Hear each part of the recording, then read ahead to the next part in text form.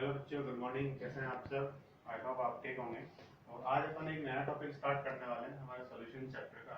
Basically जब अपन ने solution chapter का हेडिंग लिखा था स्टार्टिंग में, तो हमने वहाँ पे लिखा था केवल विलियन सॉल्यूशंस, ठीक है। जबकि आपकी बुक में कई जगह solution and qualitative properties chapter का नाम लिखा होता है।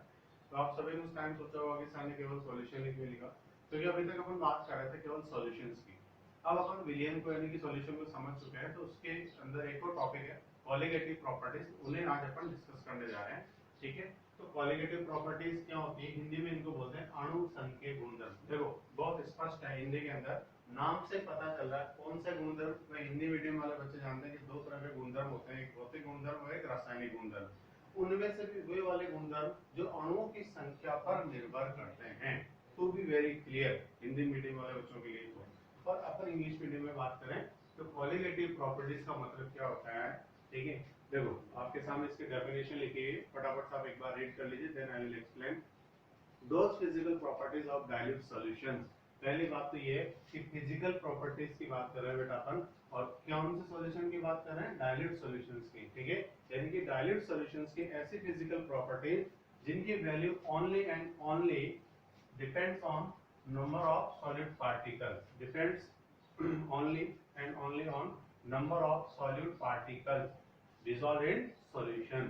As per discussed in previous classes, in solution there are two components, one component is solid and another component is solvent. हमारे कोई भी विलियन की बात करें अपन, जैसे विलियन यानी कि सॉल्यूशन आपके माइंड में क्लिक करता है, तुरंत दो चीजें आती है कि एक तो होगा विलेय, दूसरा होगा विलायक। तो हमारे पास जो विलेय है, जो कि सॉल्यूट है, उसके पार्टिकल की संख्या कितनी है, इस बात पर कुछ प्रॉपर्टीज जो होती है सॉल्यूशन की वो डिपेंड करती हैं। बाकी चीजों से कोई लेना देना नहीं होता है, यानी कि उसका ऑर्डर कैसा है, उसका कलर कैसा है, उसका जो कंपोजिशन कैसा है, उन सब चीजों से कोई लेना देना नहीं होता। केवल और केवल वहां पर मैटर करता है तो क्या, नंबर ऑफ सॉलिड पार्टिकल्स। अगर number of solid particles different है तो उनके लिए कुछ फिजिकल प्रॉपर्टीज डिफरेंट डिफरेंट होगी, कोई दो सॉल्यूशन के लिए। अगर number of solid particles same है तो भले से वो डिफरेंट डिफरेंट सॉल्यूशंस हो, मगर उनकी कोलिगेटिव प्रॉपर्टीज क्या होगी? एक जैसी होंगी, अपन ये कह सकते हैं, ठीक है। आगे अपन इसमें कंटिन्यू लिख सकते हैं, not number of solid particles dissolve in solution, ठीक है, but do not depends on composition, depends on composition,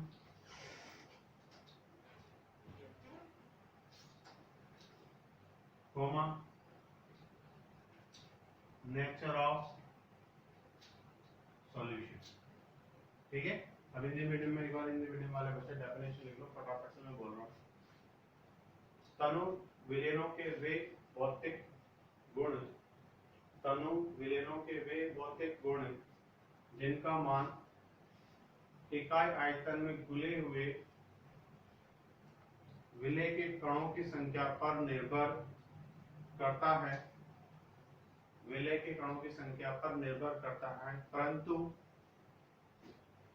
विलेय की प्रकृति जैसे विलेय की रासायनिक संरचना, रासायनिक संगठन आदि पर निर्भर नहीं करता है,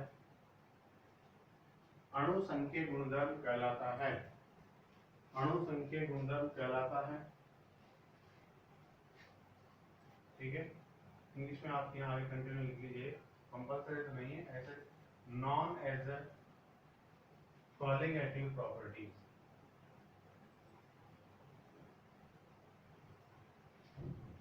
प्रॉपर्टी, ठीक है। अपन ने यहाँ पे डिस्कस किया है कि कॉलिगेटिव प्रॉपर्टीज जो होती है वो क्या होती है, ठीक है। एक बार और क्लियर कर देता हूँ। कुछ फिजिकल प्रॉपर्टीज होती है सॉल्यूशंस की, जो केवल और केवल इस बात पे डिपेंड करती है कि नंबर ऑफ सॉलिड पार्टिकल्स क्या है। उन्हें इस बात से कोई फर्क नहीं पड़ता कि वहां पर केमिकल कंपोजिशन क्या है, ठीक है। अभी अपन एग्जांपल लेंगे तो और अच्छे से क्लियर हो जाएगा आपका, ठीक है ना। केमिकल कंपोजिशन क्या है, उसके कलर क्या है सॉल्यूशन के, या उसकी नेचर क्या है, इस बात से कोई लेना देना नहीं होता, केवल केवल नंबर ऑफ सॉलिड पार्टिकल्स पर डिपेंड करता है, ठीक है। ऐसे प्रॉपर्टीज को बोलते हैं कॉलिगेटिव प्रॉपर्टीज, ठीक है। अब आगे अपन बात करेंगे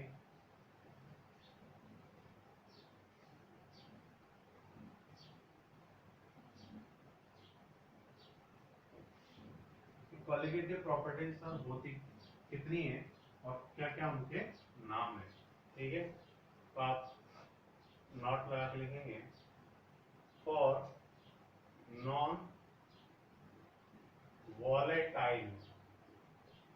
फॉर नॉन वॉलेटाइल दो टाइप के सॉल्यूट होते हैं हमारे पास, एक वॉलेटाइल सॉल्यूट होता है, एक नॉन वॉलेटाइल। वॉलेटाइल सॉल्यूट वो होता है जिसकी वेपर बन जाती है, और नॉन वॉलेटाइल वो होता है जिसकी वेपर नहीं बनती है। For non volatile solute dilute solutions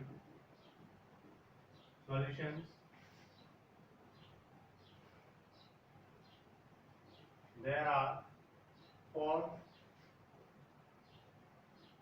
colligative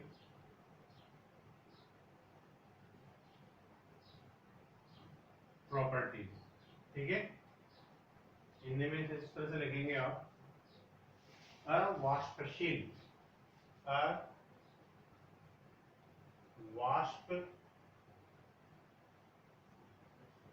अवाष्पशील विलय के तनु विलयनों के निम्न।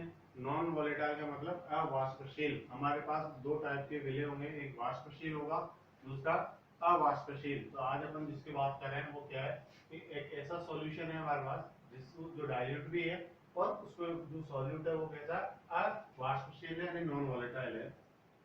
अवाष्पशील विलय के तनु विलयनों के निम्न चार अणु संख्या गुणधर्म हैं। ठीक है, तो वो कौन कौन से गुणधर्म हैं?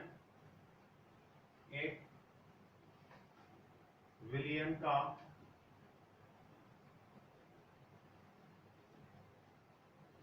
परासरण दाब। ठीक है, ऑस्मोटिक प्रेशर ऑफ सॉल्यूशन।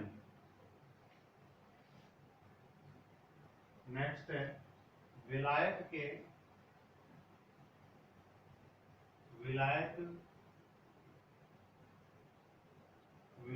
के वाष्प दाब का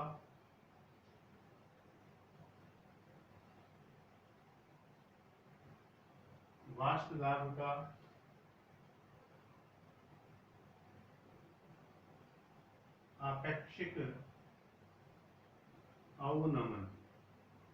ठीक है, इंग्लिश में से बोलेंगे रिलेटिव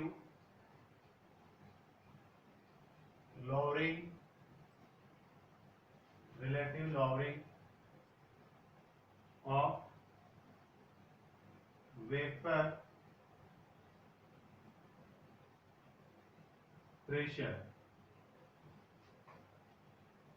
in solvent,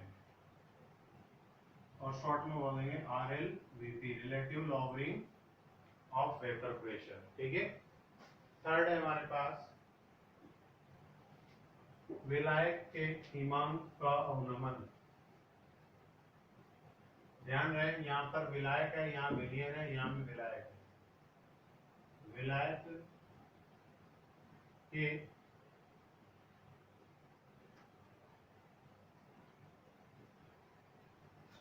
हिमांक का अवनमन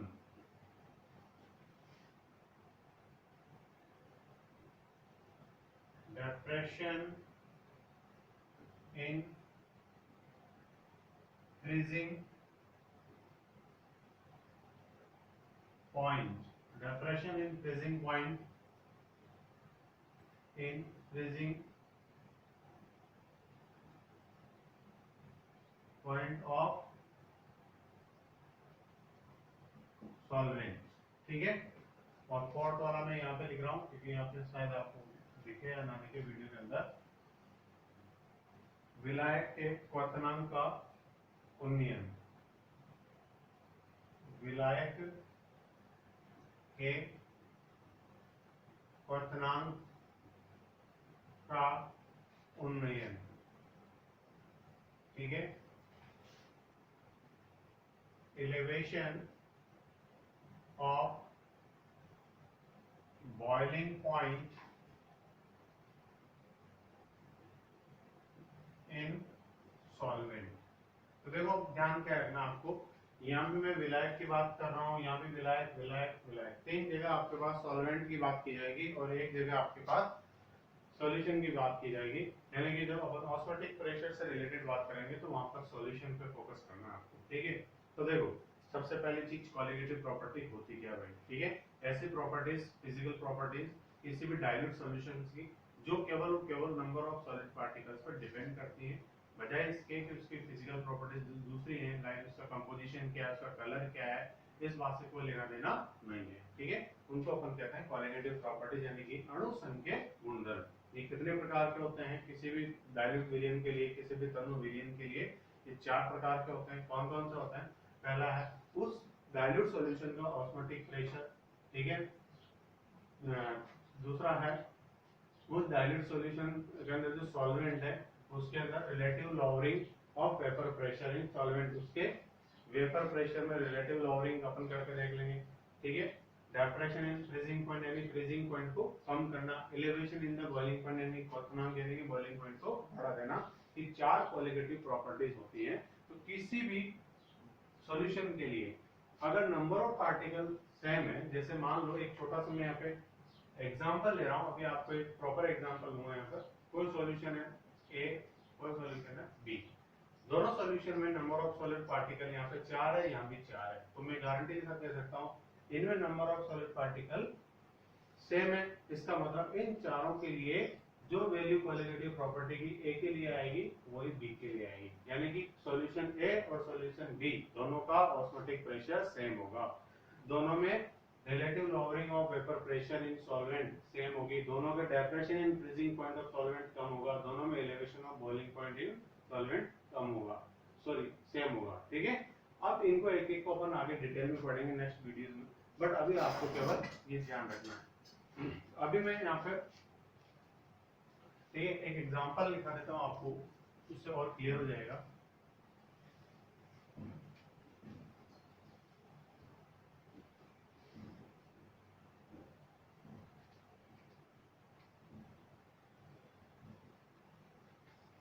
ठीक है, जैसे अपन बात करें कि बेटा आपके पास NaCl है, ठीक है। NaCl सभी जानते हैं कैसा होता है, रंगहीन यानी कि कलरलेस, ठीक है। तो यहाँ पर NaCl जब आयनित होता है तो क्या बनाता है, Na प्लस और Cl-, ये आपके पास कोई विलयन है, ठीक है। दूसरा है आपके पास कॉपर सल्फेट CuSO4, ये जब आयनित होता है तो आपके पास Cu+2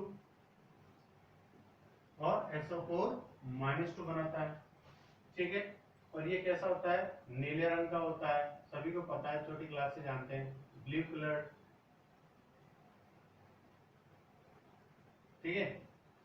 अब देखो बेटा ये दो सॉल्यूशन है, इफ यानी कि यदि इसका भी एक मोल लिया गया हो किसी पात्र के अंदर, किसी कंटेनर के अंदर, और इसका भी एक मोल लिया गया हो। अब आप मोल कॉन्सेप्ट से जानते हो कि एक मोल का मतलब एक पर्टिकुलर क्वांटिटी होती है जिसकी वैल्यू होती है 6.023 × 10⁻23, यानी कि इसके भी नंबर ऑफ सॉलिड पार्टिकल एक मोल है और इसके भी नंबर ऑफ सॉलिड पार्टिकल एक मोल है, ठीक है। तो इन दोनों के अंदर आप देखोगे कि यहाँ पर इसका जो केमिकल कंपोजिशन है वो अलग है, इसका केमिकल कंपोजिशन है वो अलग है। कैसे? ये तो रंगहीन है, कलरलेस है, और ये कैसा है, ब्लू कलर का है, ठीक है। बट डिफरेंस होते हुए भी इनके जो रंगहीन है और एक नीले रंग का है, फिर भी इनके लिए क्वालिटेटिव प्रॉपर्टीज जो आपने चार क्वालिटेटिव प्रॉपर्टीज पढ़ी है उनकी वैल्यू सेम होंगी। Both have same values of colligative properties. Reason क्या है उसका?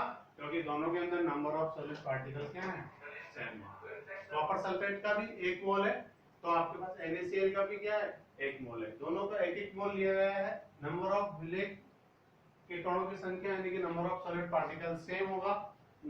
जब सेम होगा नंबर ऑफ सॉलिड पार्टिकल्स, तो उनके लिए कोएगुलेटिव प्रॉपर्टीज भी क्या होंगी, सेम होंगी। यानी कि दोनों के लिए ऑस्मोटिक प्रेशर की बात करेंगे तो सेम वैल्यू प्राप्त होगी। दोनों के सॉल्वेंट में रिलेटिव लोअरिंग करा देंगे वेपर प्रेशर में, तो सेम वैल्यूज प्राप्त होंगी। इस तरीके से चारों प्रॉपर्टीज जो कोएगुलेटिव प्रॉपर्टी अभी आपने लिखी है वो चारों की वैल्यूज के लिए सेम होगी। ठीक है, थैंक यू। तब तक आप इसको कंप्लीट कीजिए, फिर आगे अपन इनको डिटेल में पढ़ने वाले हैं। ठीक है, थैंक यू।